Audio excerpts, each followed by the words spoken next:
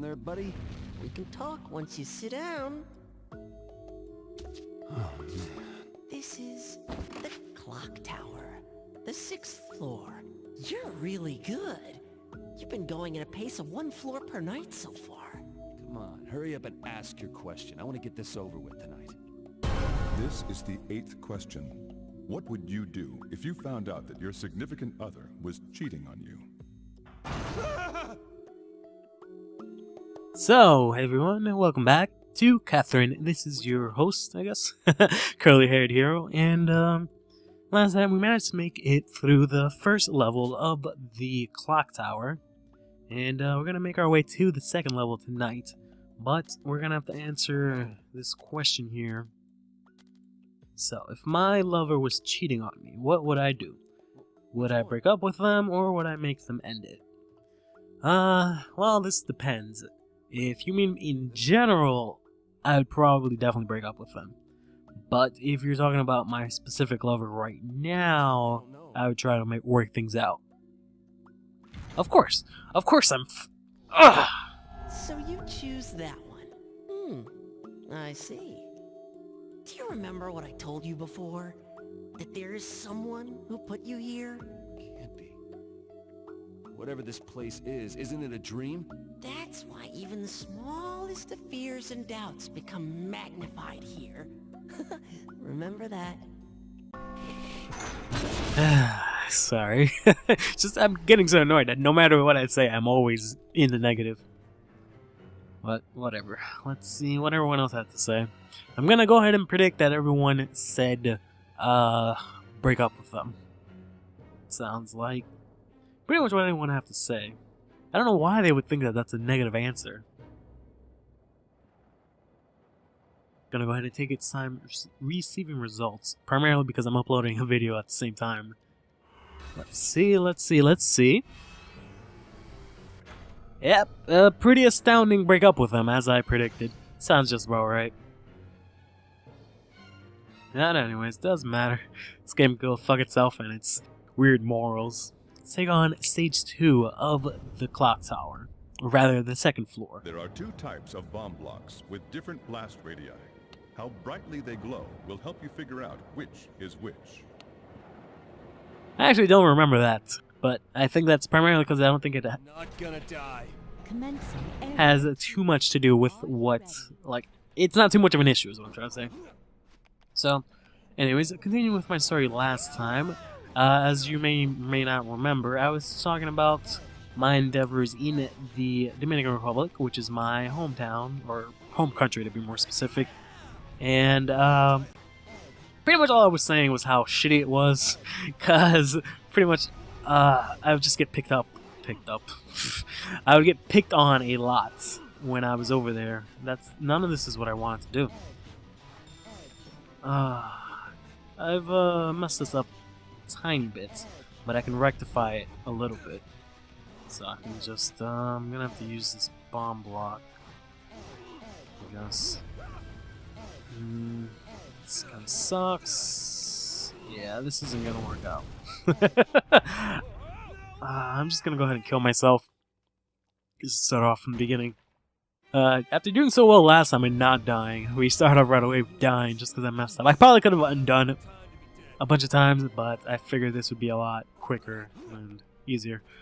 Anyways, yeah, I was talking about how I went to the Dominican Republic to live there, and basically I was having an extremely shitty time because I didn't fit in, is basically the issue.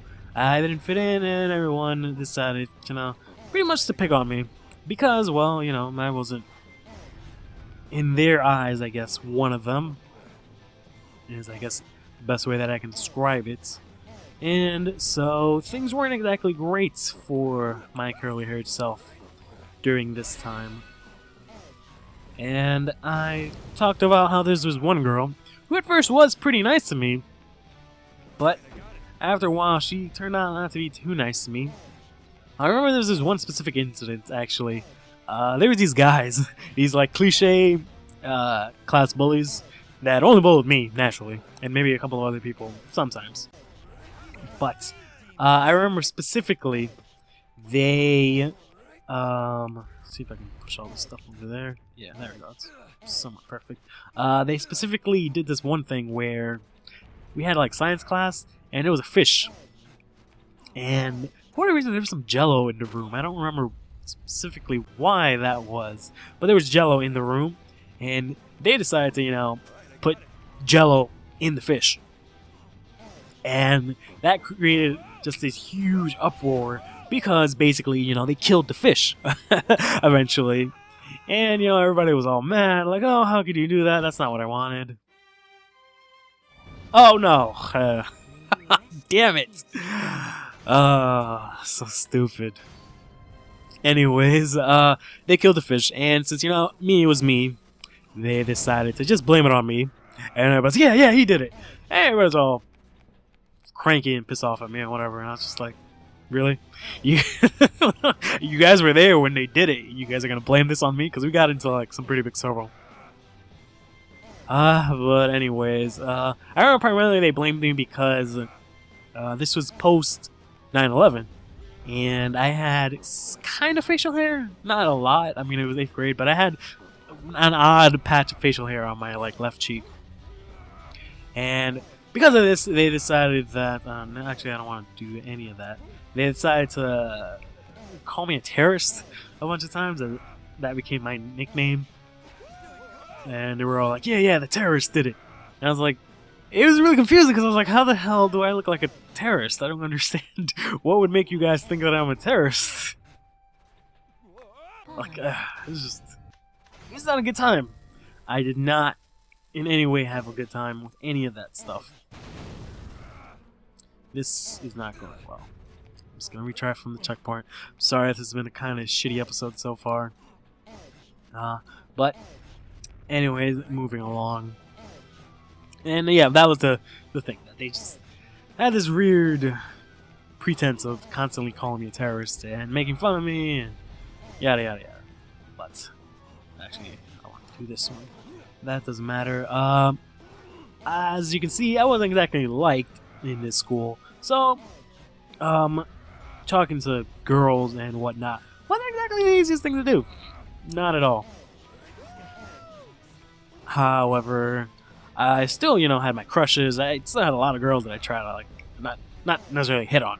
Because, given the fact that I was already extremely shy to begin with, the fact that nobody liked me, per se, kind of made things kind of difficult for me to try, you know, be with a girl. But, I remember primarily 2 different girls. There was this one girl that she had really hairy arms. That's the only thing I remember about her. Like, she had hairy arms. She had a like, kind of slender body, but she had like really hairy arms. Great. Of course I would step on the bomb block. And that's all I remember. But I remember there was one time that we were in music class. I almost felt like I said band camp, which is funny given what I'm about to say. But basically, I would cycle around who I thought was hot around the time. And, you know, I would randomly crush on one girl, crush on another girl. Because, you know, it was 8th grade. That's how it works.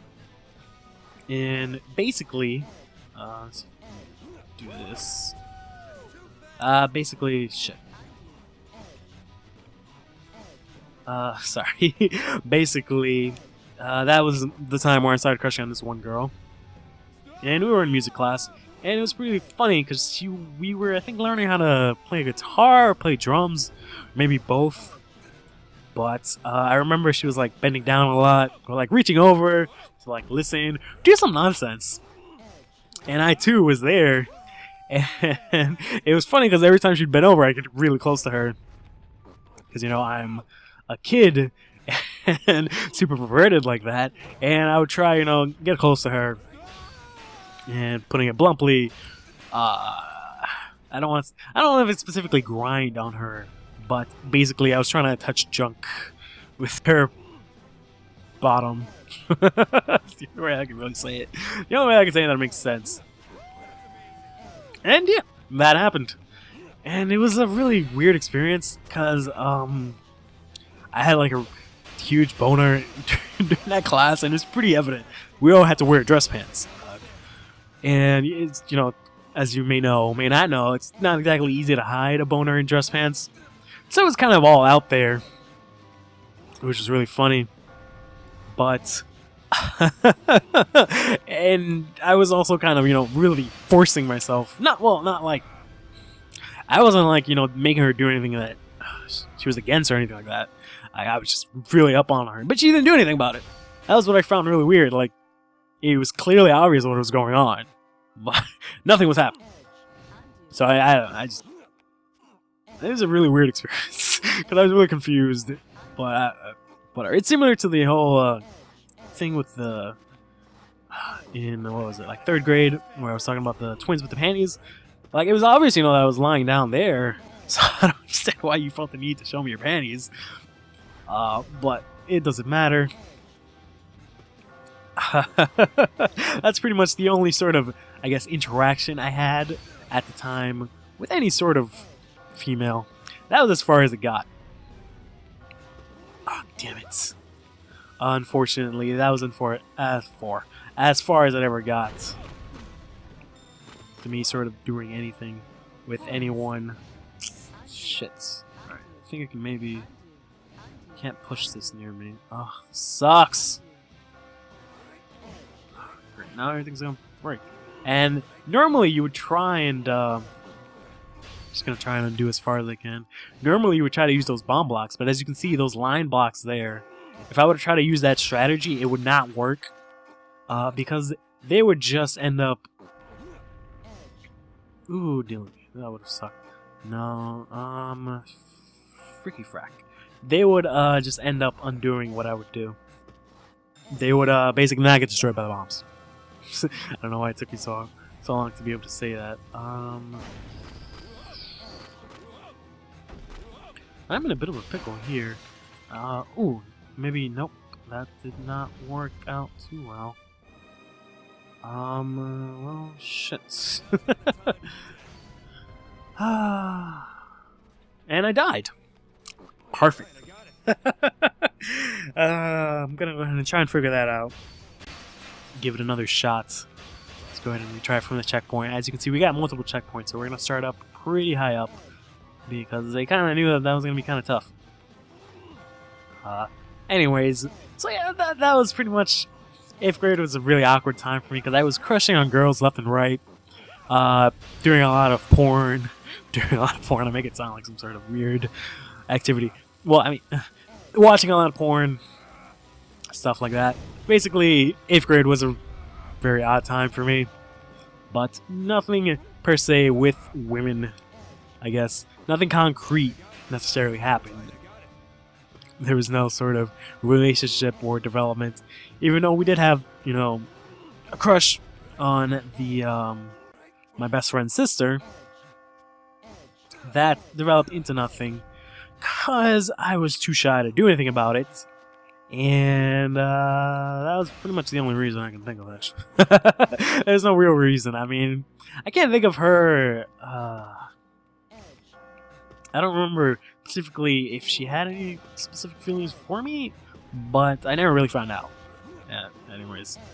The only other thing I can remember, the only girl I can think of that had any sort of... I'm not going to be able to do that. That had any sort of feelings for me. I'm just going to go ahead and mess everything up. That's what I'm going to do. Oh no, I managed to make something. No, alright. Trying to work something out here. Anyways, the only sort of girl I can remember that had any sort of feelings with me was actually, she wasn't exactly a neighbor, but basically my father, he decided to rent out the top part of my house, or I guess more specifically the house that I was living at the moment, and there was a girl there, or rather not a girl, there was a man and a wife. That's what they're called. And they had a daughter. Oh, come on. With this shenanigans here. I don't need any of this garbage right now. I just want to make it up here. Jesus. There's a man and a woman. And they had the man had a daughter. They didn't have kids themselves, but I guess for a previous marriage. That's not the point. He had 2 daughters. And me and my best friend, we would constantly see them and be like, yo, there's 2 of us. There's 2 of them. Whoa. But sadly, nothing ever really happened. Because usual, we didn't really have enough balls to do anything about it. But I remember we had another friend, and he was a bit more out there, or I guess the simplest way to do it is to say it is that he had more balls than us. And I remember he was talking to them, trying to, see what was going on, which is funny because he was a lot younger than the two of us. And I remember he came back down and he told us that, like, yeah, they're always checking us out, and they had this a friend supposedly that would listen to well, it's a new sheep. Look at that. That would listen to this artist called Christian Castro, I think was his name. And he would listen to this. She would listen to this artist so much because her friend had a crush on me, and because of my name, which was Christian. And she would listen to it so much because similar name. That's the extent of her crush. It was really interesting. But then me and her had like these weird sort of like moments where we would like see each other. I'm just gonna go ahead and save real quickly. We would see each other and it'd be really like awkward, not in like a bad way, but in like a weird like. We didn't really know what to say to each other, so we'd kind of like awkwardly walk away. So I was kind of under the impression that she had told my friend that about her friend, but she was really talking about herself. That was what I had come to believe, just because of the small experiences that happened with us. But unfortunately, there wasn't really much. All I can remember is that she used to do laundry, because it was, I lived on the first floor, they lived on the second floor, and on the third floor, we just had like a laundry thing there. And I remember like she'd do laundry and she'd be in her bra, like singing. I remember my friend one time, we would go there to hang out because I had a nice view and we saw her and we were all like, we just like right back downstairs. We were like, oh shit. Well, that was about it. Anyways, next time we're gonna go ahead and talk to the sheep that we have around here, and we're gonna go ahead and take on what I believe to be the third floor of the Clock Tower. I hope you've had a good time with my random babbling and experience that is Catherine, and I'll see you soon.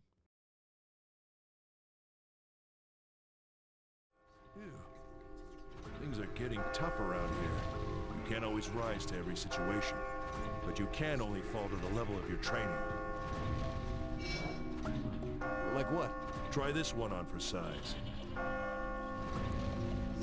Allow me to explain bombs away. After activating a bomb block, quickly move it away from the area. If you push the bomb block off an edge before it explodes, the blocks around it will not be damaged. Well, did that seem useful to you? It should help. Have you seen this one? Allow me to explain spring. When you get on a spring block, you can jump upwards 5 blocks. You can move spring blocks. So use this knowledge to propel your skills to new heights.